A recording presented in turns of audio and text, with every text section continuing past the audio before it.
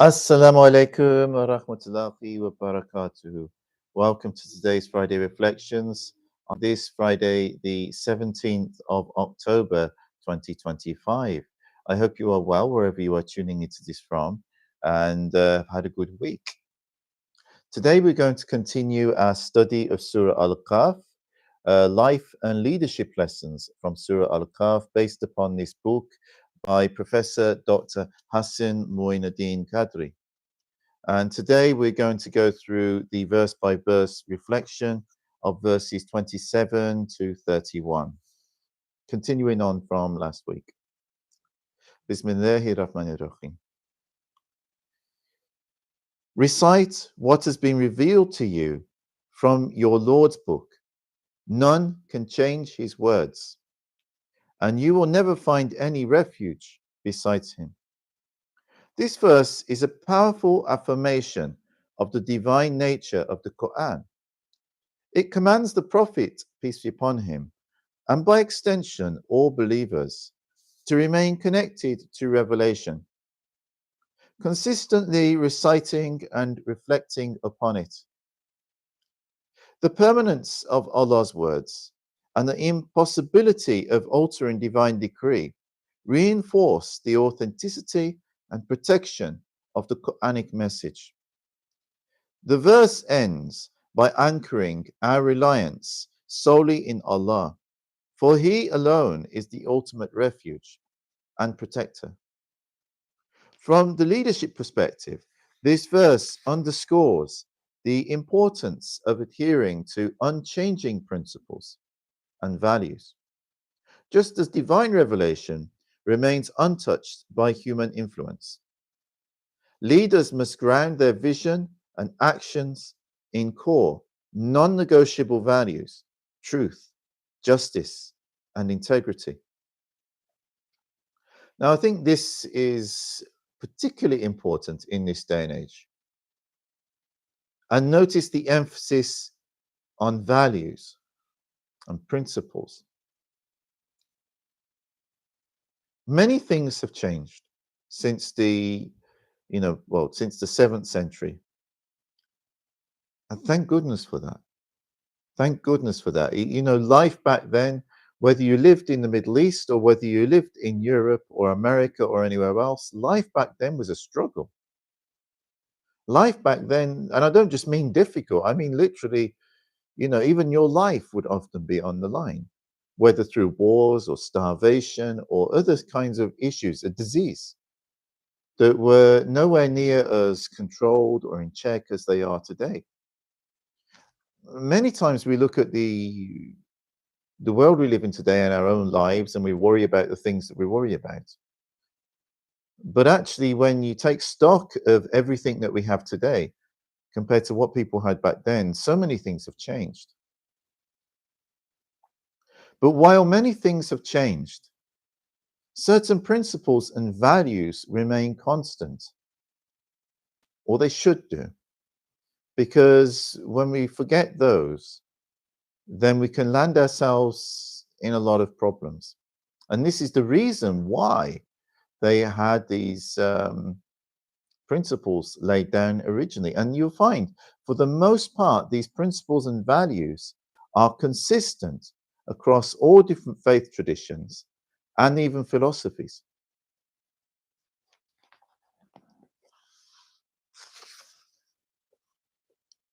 Verse 28. Keep yourself patiently in the company of those who call upon their Lord morning and evening, desiring his countenance, i.e., his pleasure. And do not turn your eyes away from them, desiring the attractions of this world's life, nor follow the one whose heart we have made negligent of our remembrance, who follows his low desires and whose affair exceeds all bounds. Allah Almighty, in his infinite wisdom, established a system for sending the prophets, peace be upon them, to guide humanity. Throughout history, he sent messengers at various times and places to lead. His creation communicating his message to the human race by granting them the gift of speech and the capacity for understanding. This divine guidance continued through revelations until the blessed arrival of the seal of the prophets and the final messenger, the Prophet Muhammad, peace and blessings be upon him. With his coming, the chain of prophethood and messengership was sealed forever. Various commentators of the Quran have explained this verse through diverse lenses, shaped by their respective contexts, audiences, and the pressing needs of their times. Each interpretation reflects the timeless depth and adaptability of the divine word. In our contemporary age, marked by spiritual distractions, material temptations, and a longing for authentic guidance, Shaykh al-Islam Dr. Tariq al-Qadri has offered a soul-stirring interpretation of this verse. His exposition captures both the essence of the Quranic message and the spiritual urgencies of our time, inviting us to rediscover the transformative power of righteous companionship. He states that, although the era of the prophets has ended, the Quran and the blessed life of the Prophet Muhammad, peace be upon him, remain enduring sources of guidance and direction. Until the day of judgment, the divinely inspired scholars will continue to lead and illuminate the path for humanity, carrying forward the light of prophetic wisdom. Shaykh al-Islam stated in a lecture in 2024, this divine instruction is commanded that, through the Prophet, peace be upon him, the general members of the Muslim Ummah should choose a companionship of righteous individuals and remain dedicated and focused in their company. Those who remain delighted in the remembrance of Allah morning and evening, whose every moment is spent in his memory, lost in his love, and ever present in his sacred nearness. They seek nothing but him. Whether standing, sitting, walking, or in motion, their souls yearn solely for his pleasure. Those devoted souls are utterly captivated by the love of their Lord. They exist solely for his divine will, dissolving their very being in his desire. In this sacred longing, they completely surrender their souls to the beloved Creator. The status of Allah's saints is such that those who wish to belong to Allah should first seek the company of those friends of Allah. The saints of Allah serve as the gateway to his nearness. Those who seek him must first seek their companionship. Since they are close to Allah, Allah Almighty has instructed the general Muslim community to connect with them. The Quranic point that Maulana Jalaluddin Rumi beautifully expressed in his poetry as follows: anyone who desires closeness to Allah should seek the company of his friends.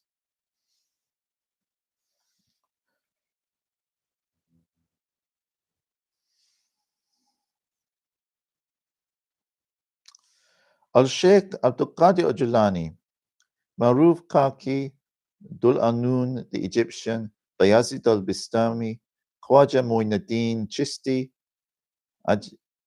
Bahauddin Zakaria Multani, Shahrukh Alam, Datta Ganj Bakhsh were among those who draw themselves closer to Allah. The under discussion verse commands us to associate with such individuals and derive spiritual benefit from them.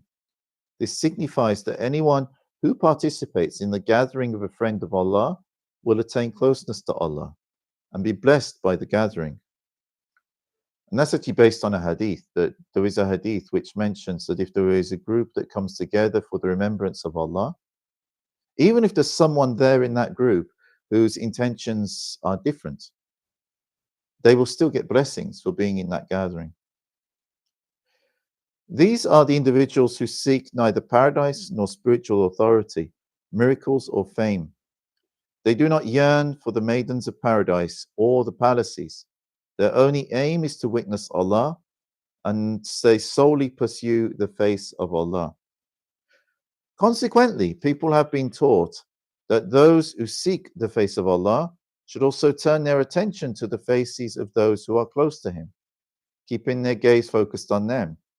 Conversely, it is instructed to avoid those who are oblivious to the remembrance of Allah, nor follow the one whose heart we have made negligent of our remembrance. This is in the Holy Quran, Surah 18, ayat 28.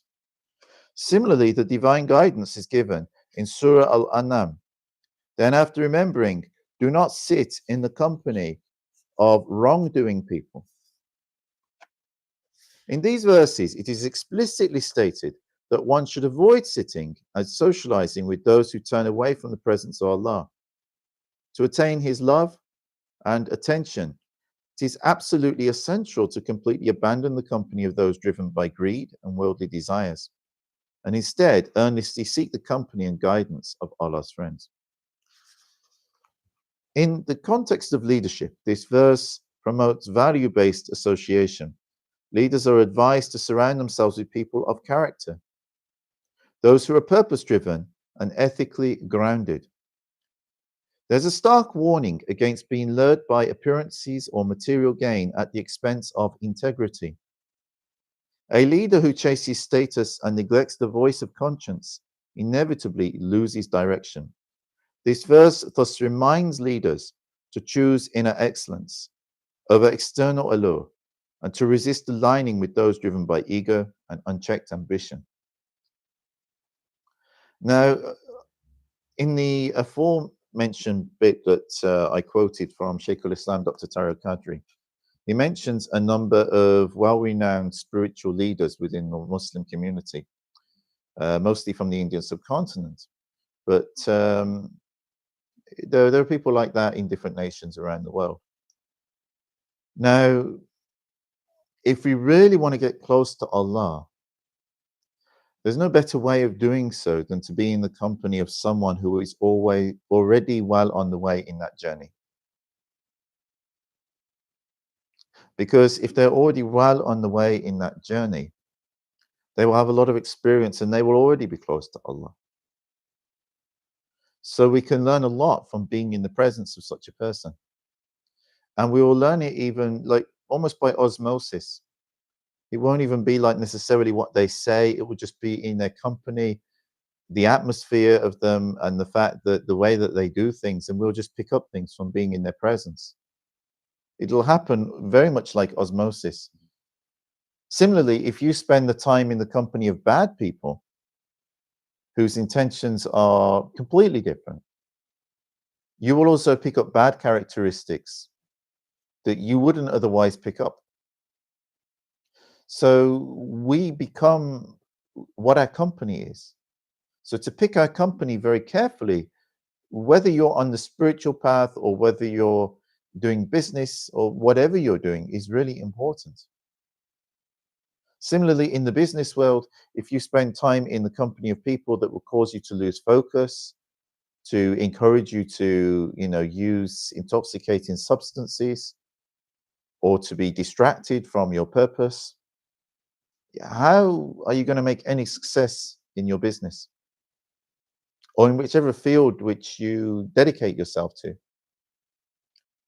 So to choose good company, whether you're on the spiritual path or whether you're in the business world or whether you're in politics or something else, is really, really important. Choose your friends carefully. And especially don't be lured by temptation to the point that you lose your integrity. And these are universal warnings. And those people that we associate with, they don't necessarily have to be Muslims, but people who are decent and have integrity. And they're not bad people. Verse 29. And say, this is the truth from your Lord. So whoever wishes, let him believe. And whoever wishes, let him disbelieve. Indeed, we have prepared for the wrongdoers a fire, the curtains of which will surround them from all sides. And if they plead for relief, they will be showered with boiling water like molten copper, which will burn their faces. What a dreadful drink, and what a terrible resting place. Hence, Allah reasserts the freedom of belief while simultaneously clarifying the consequences of rejecting truth. It is a manifestation of divine justice. Belief is not coerced, but the disbelief comes with dire consequences.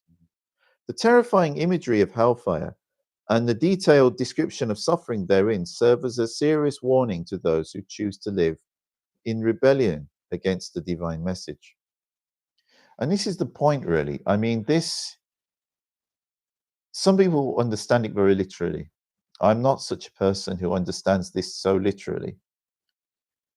But whether we understand it literally or more figuratively doesn't take away from the reality of it. Depending on what decisions that we make, even in this life, there are consequences. If I choose to live my life in a stupid, irresponsible way, I'm going to suffer. If I choose to live my life in a responsible way, in a purposeful way, with guidance and towards achieving my goals, then I will achieve my goals at some point, even if not straight away. I'll certainly become closer to them, and I won't suffer the terrible consequences of if I don't follow that path. So this is the point, basically. And if that's a reality in this world, why should we suspect that that isn't the reality when our souls leave this world? This verse reinforces the concept of accountability in leadership. While individuals may choose their paths, the consequences of their choices cannot be escaped. A true leader must cultivate a culture of ethical responsibility, making clear the outcomes of dishonesty, exploitation, and transgression.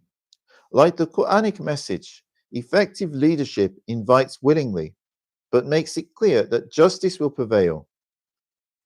Visionary leaders, therefore, combine clarity of message with an unwavering commitment to consequences and standards. Verse 30. As for those who believe and perform righteous deeds, we surely do not waste the reward of those who are excellent in conduct. This verse delivers divine reassurance that sincere belief and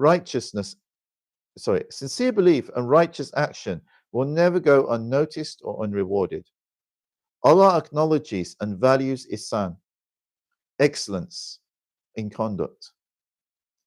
The Quran here affirms the spiritual principle that every good deed, no matter how small, is recorded and rewarded. It encourages believers to act with sincerity and to strive for moral beauty in their everyday life. From a leadership standpoint, this verse champions merit, justice, and positive reinforcement. Leaders must recognize and reward excellence, creating an environment where righteous action and ethical behavior are seen, appreciated, and celebrated. A culture that honors character and contribution strengthens morale and motivates consistent performance. Now, that's a very important point.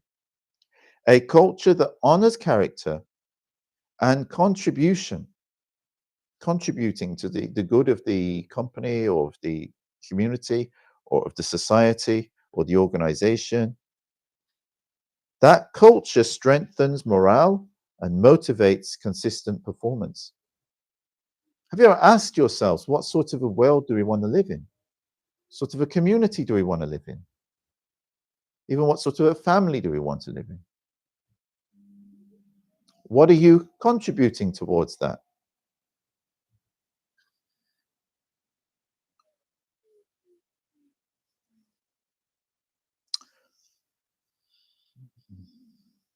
Moreover, this verse inspires leaders themselves to model excellence, knowing that the impact of their integrity will ripple far beyond the immediate results.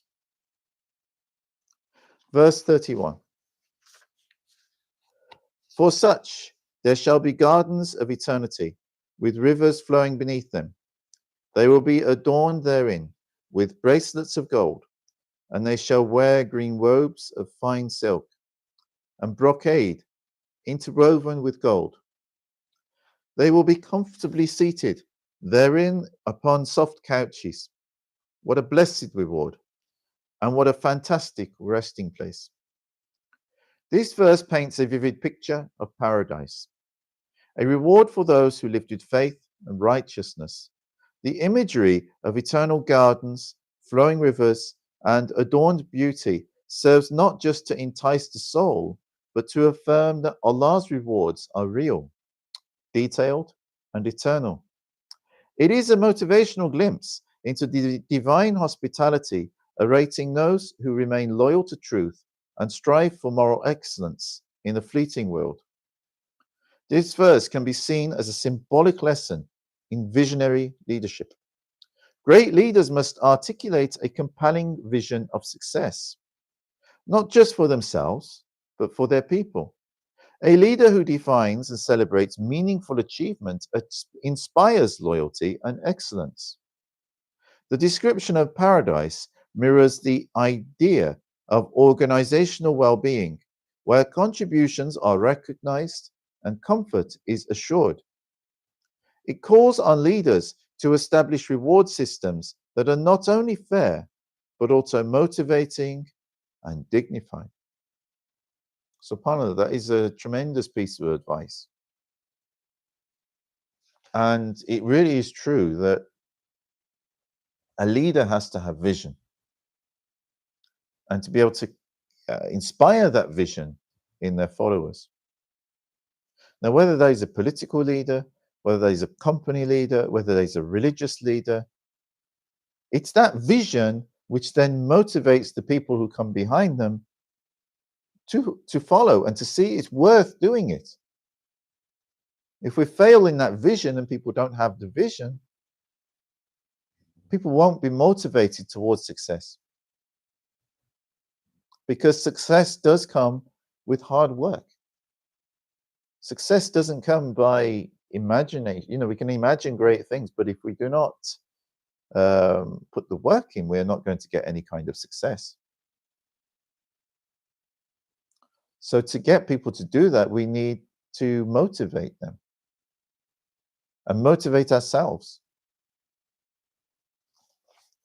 And then the reward is real because you've achieved it. Conclusion. These verses from Surah al-Kahf offer a deep synthesis of divine guidance and practical wisdom. They remind us that the foundation of a meaningful life and successful leadership is rooted in unwavering connection to revelation, steadfast companionship with the sincere, and a clear distinction between principle and personal gain. The Quran does not just speak to the soul, it disciplines the self and sharpens the mind. For leaders, these verses are a mirror and a compass.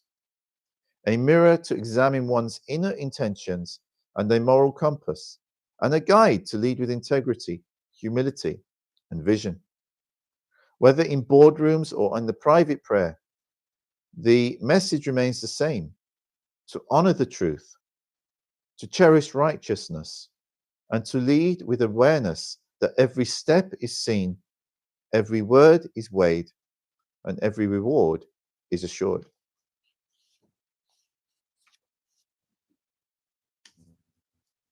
I will leave it there, and we will continue this study of Surah al-Kahf next week.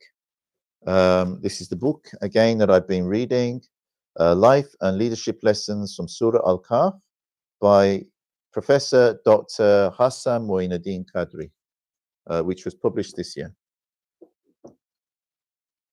If you find these videos and other content that I produce useful, please like and subscribe and share these videos with whoever may be interested.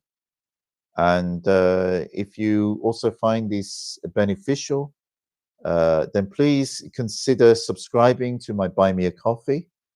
If you can donate even just a few pounds every month, This will help towards me to be able to dedicate more time to producing better content and to keeping this content free, because the idea is that everyone can access this, and not everybody has the ability to pay for this sort of content. So those who can, if they can support it, then you also get the blessing as if you produced it yourself, because without your help and support, then I may not be able to continue doing this. So please consider that, and I hope you have a very wonderful evening. And wherever you are in the world, Assalamu alaikum wa rahmatullahi wa barakatuhu. May the peace and blessings of God be with you all.